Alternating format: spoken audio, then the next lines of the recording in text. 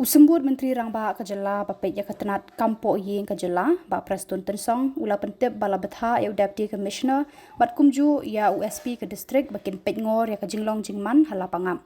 Habakran bat kilat pathai Khubor usembur Menteri ula yathu ba menta kilabu ya ke ketem Shipor ha kate ke jaka bat kidanru hadu lai phongut ki Pulit ban pahara ha kate ke jaka.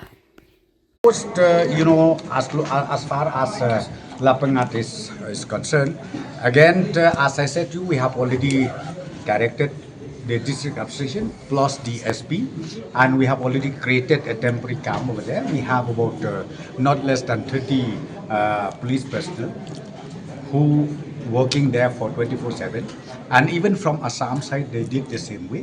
So I'm very sure now the situation is improving a lot.